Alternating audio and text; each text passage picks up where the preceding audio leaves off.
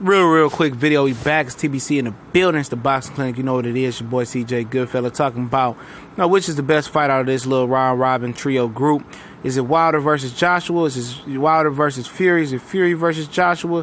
Which fight would produce the better fight? Not just the most fight fans and the best atmosphere, but the best fight inside the square circle. And that's what we talking about today, man. Real quick. Let's just assume that Tyson Fury returns to form, which we don't know if that can happen or not happen. Off the peds, off the coke, off the mental illness, off the BS. Let's just say he returns back to the same fighter. And he was a clean fighter. I think him and Joshua creates a great atmosphere fight over there in the UK.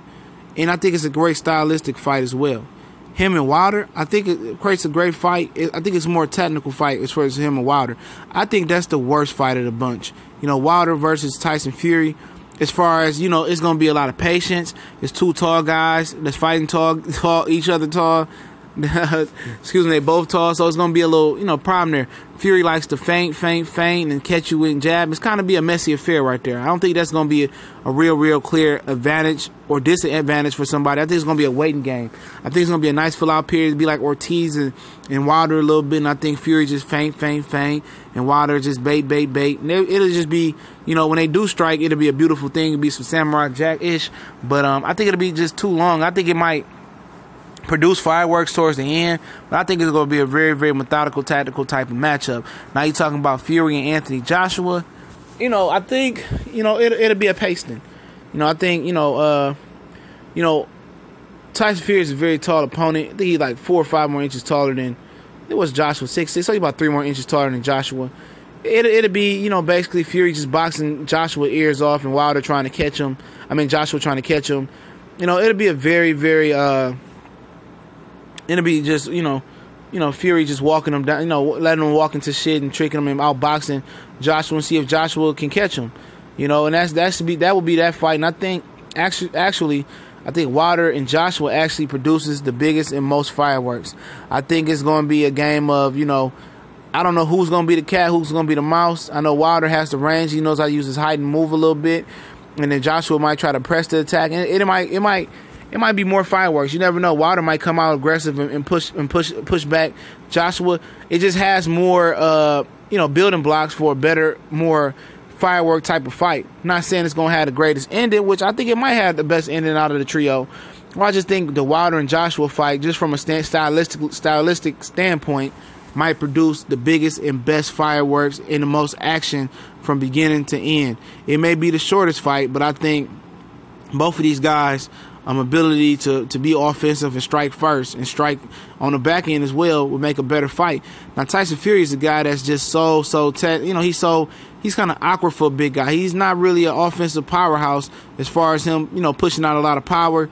He can box, he can move a little bit, he feints a lot, he got good foot movement, and he might diffuse some of the things that both of these guys do, and it might just look boring like Vladimir Klitschko fight. So people tend to forget that.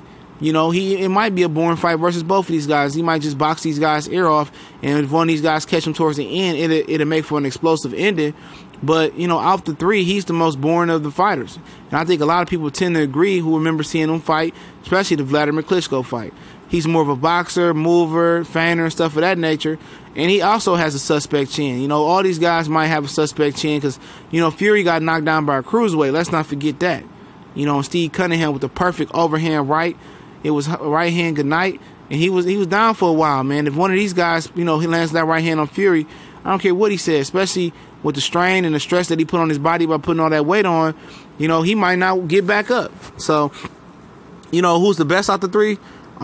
That's to be seen. They need to fight each other. I can't predict that, especially not knowing what Fury brings to the table as far as his health and what he's going to snap back to. But I tell you that I still think Joshua Wilder is the creme de la creme of heavyweight fights, and not just because of the build-up, U.S., UK, or you got UK with him and Fury, Joshua and Fury.